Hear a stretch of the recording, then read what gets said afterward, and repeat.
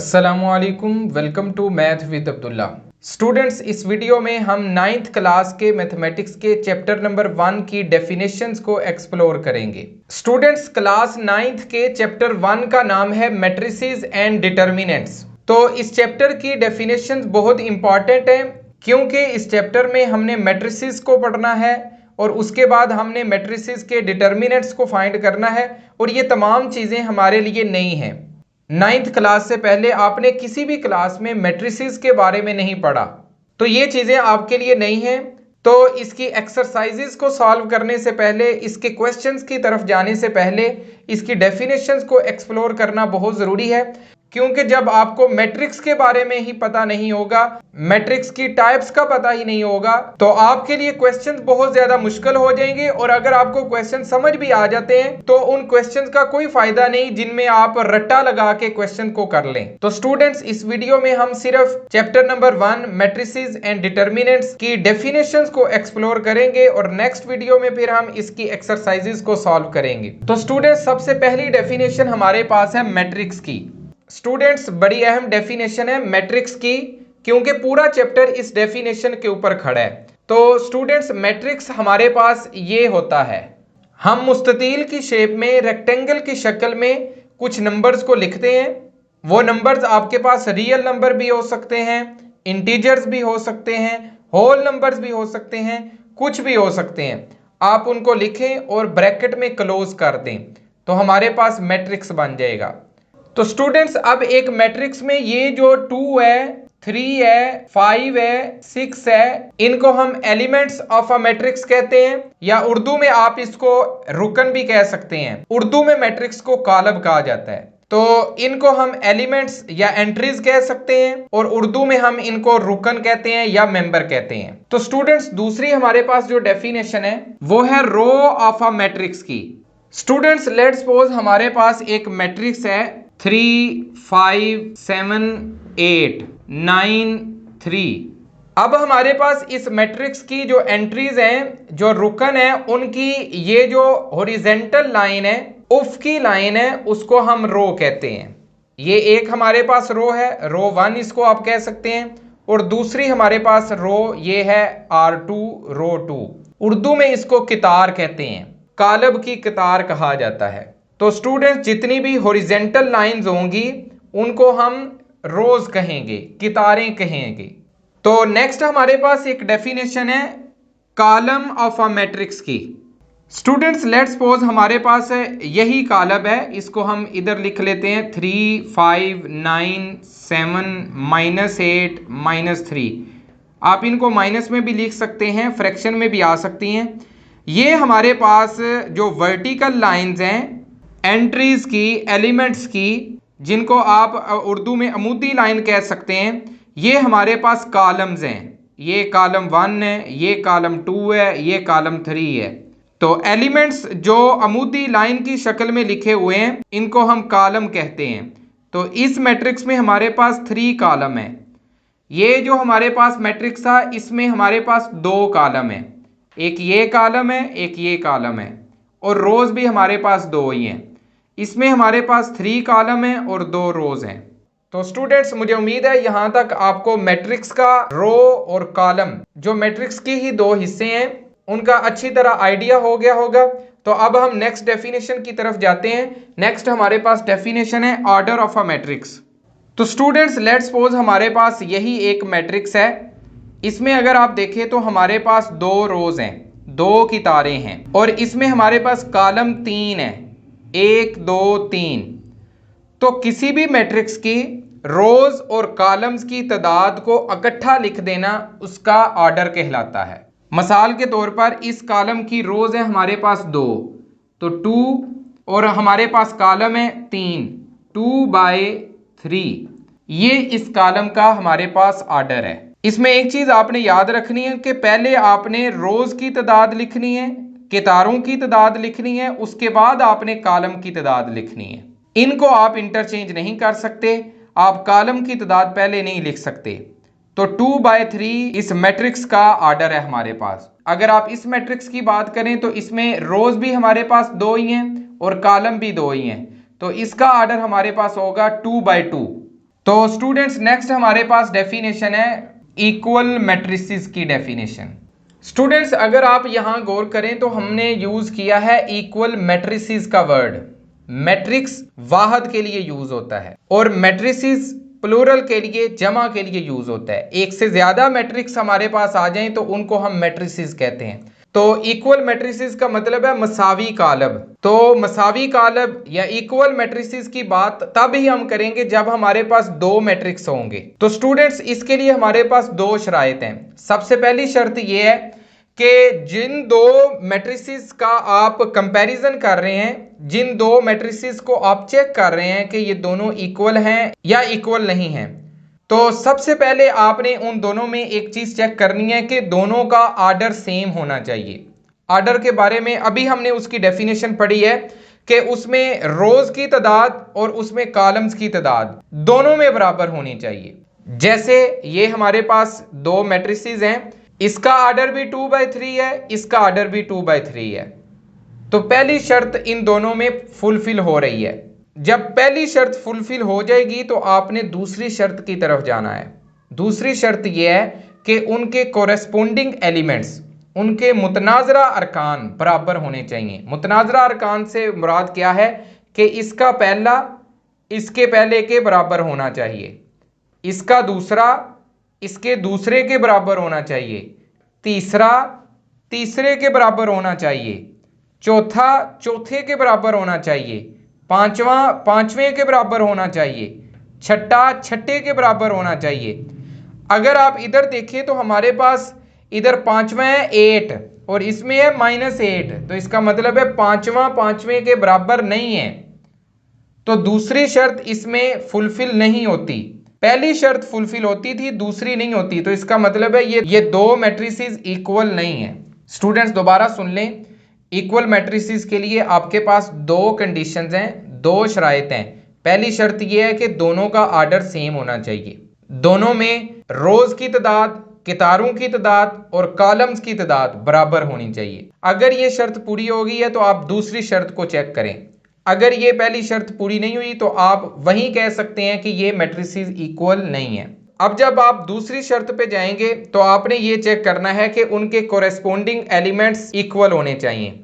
अगर कोई एक भी कोरेस्पोंडिंग एलिमेंट, मुतनाजरा अरकान बराबर नहीं है तो इसका मतलब है वो मैट्रिसेस इक्वल नहीं है। तो स्टूडेंट्स मुझे उम्मीद है आपको इक्वल मैट्रिसेस की डेफिनेशन भी समझ आ गई होगी। इधर हम डेफिनेशन इसलिए नहीं लिख रहे क्योंकि आपकी बुक के ऊपर ये डेफिनेशंस लिखी हुई हैं। आपने डेफिनेशंस को पहले समझना है, उसके बाद बुक से एज इट इज उनको याद करना है और साथ दो दो एग्जांपल्स भी उनकी लिखनी है। पेपर में ये डेफिनेशंस आती भी हैं और जब आपने क्वेश्चंस करने हैं तो उनके लिए भी ये डेफिनेशन समझना बहुत ज्यादा जरूरी है। तो स्टूडेंट्स यहां मैं आपसे एक रिक्वेस्ट करूंगा, अगर आप हमारे चैनल पर नए हैं तो चैनल को सब्सक्राइब कर लें, बेल आइकन को प्रेस कर लें और चैनल का लिंक अपने दोस्तों के साथ, क्लास फेलोज के साथ जरूर शेयर करें और कमेंट सेक्शन में अपने ख्यालात का इजहार जरूर करें। इस चैनल पे आपको मैट्रिक, 9th 10th, इंटर, 11वीं 12वीं इन तमाम क्लासेस का मैथमेटिक्स सॉल्यूशन के साथ मिलेगा। तो स्टूडेंट्स नेक्स्ट हमारे पास डेफिनेशन है रो मैट्रिक्स की। स्टूडेंट्स रो मैट्रिक्स हमारे पास ऐसी मैट्रिक्स होती है जिसमें सिर्फ एक ही रो होती है। उर्दू में इसको आप कितारी कालब कहते हैं। कितारी कालब ऐसा कालब होता है जिसमें सिर्फ एक कितार होती है, एक से ज्यादा रोज नहीं हो सकती। कालम जितने मर्जी हो उससे हमें कोई फर्क नहीं पड़ता। मिसाल के तौर पर हमारे पास 2, -5, 7 ये एक मैट्रिक्स है। इसमें अगर आप देखें तो हमारे पास कॉलम है 3 लेकिन हमारे पास कितार एक ही है, तो ये हमारे पास रो मैट्रिक्स होगी। अगर आप ये देखें 2, ये हमारे पास एक मैट्रिक्स है, इसमें कॉलम भी एक ही है और कितार भी एक ही है, तो इसको हम रो मैट्रिक्स कहेंगे। हाँ, ये कॉलम मैट्रिक्स भी हो सकता है, वो आगे इसकी डेफिनेशन समझेंगे तो आपको पता चल जाएगा। इसको कॉलम मैट्रिक्स भी हम कह सकते हैं। तो स्टूडेंट्स ऐसा मैट्रिक्स जिसमें सिर्फ एक कितार हो, एक रो हो, उसको हम रो मैट्रिक्स कहते हैं। आपने जस्ट ये डेफिनेशन, ये कंसेप्ट अपने माइंड में रखना है। तो स्टूडेंट्स नेक्स्ट हमारे पास डेफिनेशन है कॉलम मैट्रिक्स की। तो स्टूडेंट्स कॉलम मैट्रिक्स, जिसको उर्दू में हम कालमी कालब कहते हैं, ऐसा मैट्रिक्स होता है, ऐसा कालब होता है जिसमें सिर्फ एक कालम हो।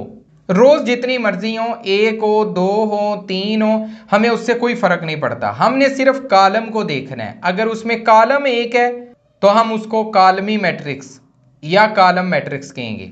मिसाल के तौर पर -5 -3, ये हमारे पास एक मैट्रिक्स है। इसमें रोज हमारे पास दो हैं, तीन भी हो सकती हैं, एक भी हो सकती है, चार भी हो सकती हैं। हमने कॉलम देखना है, हमारे पास कॉलम एक है तो हम इसको कॉलम मैट्रिक्स कहेंगे। स्टूडेंट्स नेक्स्ट हमारे पास एक डेफिनेशन है रेक्टेंगुलर मैट्रिक्स की। स्टूडेंट्स रेक्टेंगुलर मैट्रिक्स की डेफिनेशन समझने से पहले हमें रेक्टेंगल का कंसेप्ट अपने माइंड में रखना पड़ेगा। आपको पता होगा रेक्टेंगल हम इस शेप को कहते हैं। ये ऐसी शेप है जिसमें ये आमने सामने वाली दोनों लाइंस बराबर हैं, इन दोनों की मेजरमेंट हमारे पास बराबर है, और ये जो आमने सामने वाली हैं इन दोनों की मेजरमेंट हमारे पास बराबर होती है। चारों साइड्स हमारे पास बराबर नहीं हो सकती। अगर चारों साइड्स बराबर हो जाएंगी तो हम इसको रेक्टेंगल शेप नहीं कहेंगे, हम इसको स्क्वायर शेप कहेंगे। तो ऐसी शेप जिसमें ये दोनों बराबर हों और ये दोनों बराबर हों, उसको हम रेक्टेंगल कहते हैं। तो रेक्टेंगुलर मैट्रिक्स ऐसी मैट्रिक्स होगी जिसमें कॉलमों की तादाद और कितारों की तादाद बराबर ना हो। अगर कॉलम हमारे पास दो हैं तो कितारें दो ना हों, तीन हो सकती हैं, एक हो सकती है, चार हो सकती हैं, बराबर ना हो तो वो हमारे पास जब मैट्रिक्स लिखा जाएगा तो उसकी शेप रेक्टेंगल शेप की होगी।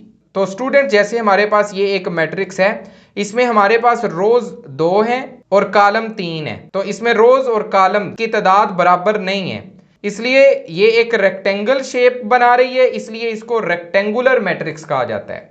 उर्दू में हम इसको मुस्ततीली कालब कहते हैं। तो स्टूडेंट्स इसी के साथ मिलती जुलती हमारे पास एक और डेफिनेशन है स्क्वायर मैट्रिक्स की।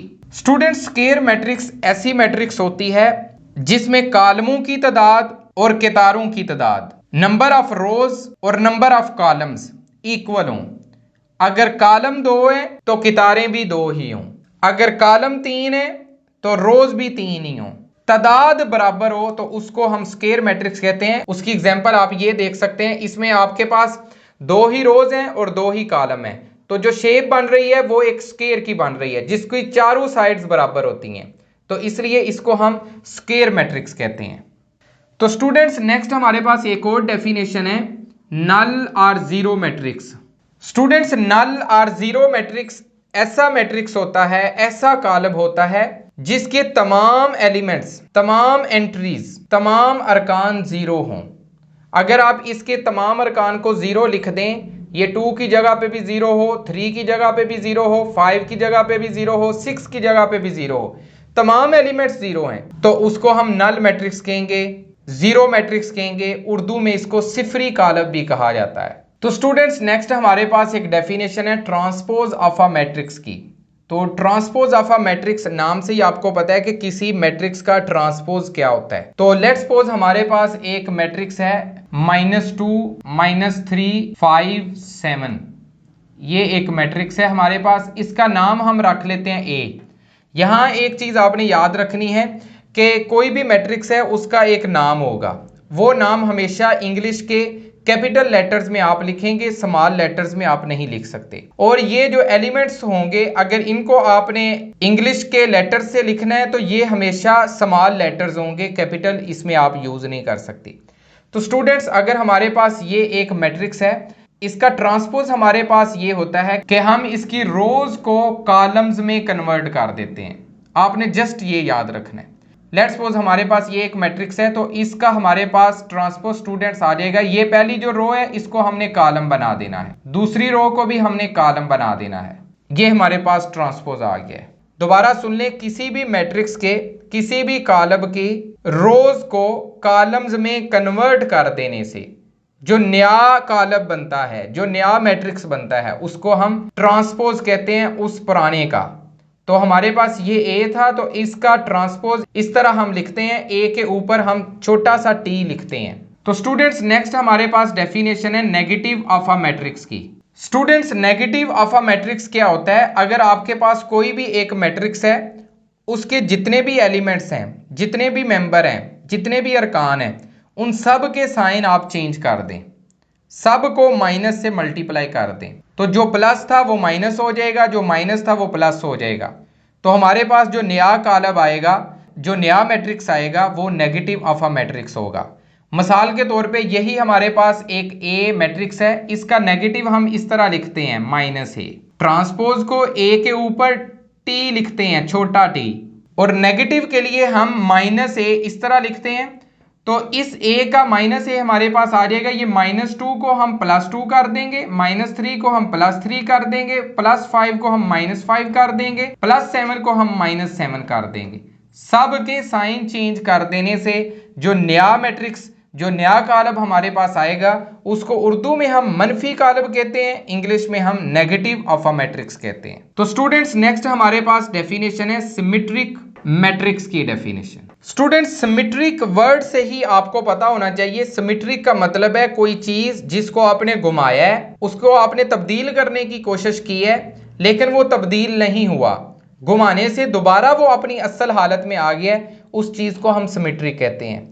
तो ऐसा मैट्रिक्स, ऐसा कॉलम जिसका आपने ट्रांसपोज लिया है तो उसको कोई फर्क नहीं पड़ा, उसमें कोई तब्दीली नहीं आई, वो वैसे का वैसे ही रहा है, उसको हम सिमेट्रिक कॉलम कहते हैं, सिमेट्रिक मैट्रिक्स कहते हैं। तो स्टूडेंट्स इसकी एग्जांपल्स भी आपको बुक से मिल जाएंगी, आपने डेफिनेशन के साथ इसकी कम से कम एक एग्जांपल जरूर करनी है। नेक्स्ट हमारे पास एक डेफिनेशन है students skew symmetric definition, skew symmetric matrix की। स्टूडेंट्स ये हमारे पास ऐसा मैट्रिक्स होता है जिसका हम ट्रांसपोज लें तो वो हमारे पास -a के इक्वल आए, उस ए के मनफी कॉलम के, नेगेटिव ऑफ अ मैट्रिक्स के इक्वल आए, तो फिर इस ए को हम स्क्यू सिमेट्रिक मैट्रिक्स कहते हैं। स्टूडेंट्स दोबारा सुन लें, ऐसा कॉलम जिसका आपने ट्रांसपोज लिया है तो उसमें सिर्फ इतनी सी तब्दीली आई है कि सब के साइन चेंज हो गए हैं, इसके अलावा कोई भी तब्दीली नहीं आई। -a का मतलब है साइन चेंज हुए हैं, तो फिर हम इस ए को स्क्यू सिमेट्रिक मैट्रिक्स कहते हैं। पीछे जो हमारे पास सिमेट्रिक मैट्रिक्स था उसमें हमने ए का ट्रांसपोज लिया तो हमारे पास दोबारा ए ही आ गया, उसको कोई फर्क ना पड़ा, उसकी शक्ल तब्दील ना हुई, उसको हमने सिमेट्रिक मैट्रिक्स का। इसमें शक्ल इस लिहाज से तब्दील हुई है कि सिर्फ साइन चेंज हुए हैं, सब की अलामतें चेंज हो गई हैं, जो जमा था वो माइनस हो गया, जो माइनस था वो प्लस हो गया, सिर्फ ये फर्क आया, तो इसको हम स्क्यू सिमेट्रिक मैट्रिक्स कहते हैं। स्टूडेंट्स नेक्स्ट हमारे पास एक डेफिनेशन है डायगोनल मैट्रिक्स की। स्टूडेंट्स डायगोनल मैट्रिक्स की डेफिनेशन को समझने से पहले आपको ये समझना पड़ेगा कि एक मैट्रिक्स का डायगोनल भी होता है। मैट्रिक्स के डायगोनल से मुराद ये है कि मैट्रिक्स की इस चीज को हम मैट्रिक्स का डायगोनल कहते हैं। तो इसके डायगोनल में हमारे पास -2 और 7 होता है, इस मैट्रिक्स का डायगोनल हमारे पास ये होगा 2 और -7। तो ये जो मैट्रिक्स मैंने आपके सामने लिखा है इसका डायगोनल हमारे पास ये होगा 3 5 7, ये डायगोनल के एलिमेंट्स हैं, डायगोनल के अरकान हैं। तो ऐसा कॉलम, ऐसा मैट्रिक्स जिसके डायगोनल के अलावा बाकी तमाम एलिमेंट्स 0 हों, उसको हम डायगोनल मैट्रिक्स कहते हैं। तो स्टूडेंट्स नेक्स्ट हमारे पास एक और डेफिनेशन है स्केलर मैट्रिक्स की। इसको जगह कम होने की वजह से हम सिर्फ स्केलर लिख रहे हैं। स्केलर मैट्रिक्स ऐसा डायगोनल मैट्रिक्स होता है, दोबारा सुने, स्केलर मैट्रिक्स ऐसा डायगोनल मैट्रिक्स होता है, मतलब ये डायगोनल पहले ही है। तो डायगोनल की कंडीशन में हमने पढ़ लिया था कि डायगोनल के अलावा बाकी हर चीज 0 है। अब ऐसा डायगोनल मैट्रिक्स जिसके डायगोनल के तमाम एलिमेंट्स सेम हों, ये 3 है, ये भी 3 हो, ये भी 3 हो, अगर 5 रखने हैं तो ये 5, ये 5, ये 5, तमाम सेम हो, बाकी सब तो 0 हैं, तो उसको हम कहेंगे ये स्केलर मैट्रिक्स है। दोबारा सुन लें, स्केलर मैट्रिक्स ऐसा डायगोनल मैट्रिक्स होता है। अब जब मैंने कह दिया ऐसा डायगोनल मैट्रिक्स है तो इसका मतलब है डायगोनल वाली कंडीशन इसमें पूरी हो चुकी है कि डायगोनल के अलावा बाकी हर चीज 0 है। ऐसा डायगोनल मैट्रिक्स होता है जिसमें डायगोनल के तमाम एलिमेंट्स सेम हों, अगर ये -3 है ये भी -3 हो, ये भी -3 हो, अगर ये 2 है ये भी 2 हो, ये भी 2 हो, तो स्टूडेंट्स इसको हम स्केलर मैट्रिक्स कहते हैं। नेक्स्ट हमारे पास एक और डेफिनेशन है, ये लास्ट डेफिनेशन है हमारे पास आइडेंटिटी मैट्रिक्स की। बड़ी इंपॉर्टेंट डेफिनेशन है स्टूडेंट्स। आइडेंटिटी नाम से ही आपको पता चल जाएगा, आइडेंटिटी ऐसी चीज होती है जिससे किसी को फर्क ना पड़े। आइडेंटिटी मैट्रिक्स ऐसा डायगोनल मैट्रिक्स होता है। तो दोबारा पिछली डेफिनेशन की तरह, स्केलर वाली डेफिनेशन की तरह, डायगोनल पहले ही है वो, जिसमें तमाम डायगोनल के एलिमेंट्स 1 हों। स्केलर में हमने कहा था तमाम सेम हो, अगर ये 3 है, ये भी 3 हो, ये भी 3 हो, तो वो स्केलर मैट्रिक्स होगा। अभी हमने कह दिया है ये डायगोनल मैट्रिक्स हो, पहली बात तो ये है डायगोनल होगा तो बाकी तमाम 0 होंगे इस डायगोनल के अलावा।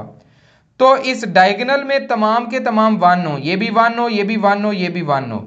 अगर इसको हम देखें तो ये भी 1 हो, ये भी 1 हो, बाकी सारे 0 हो।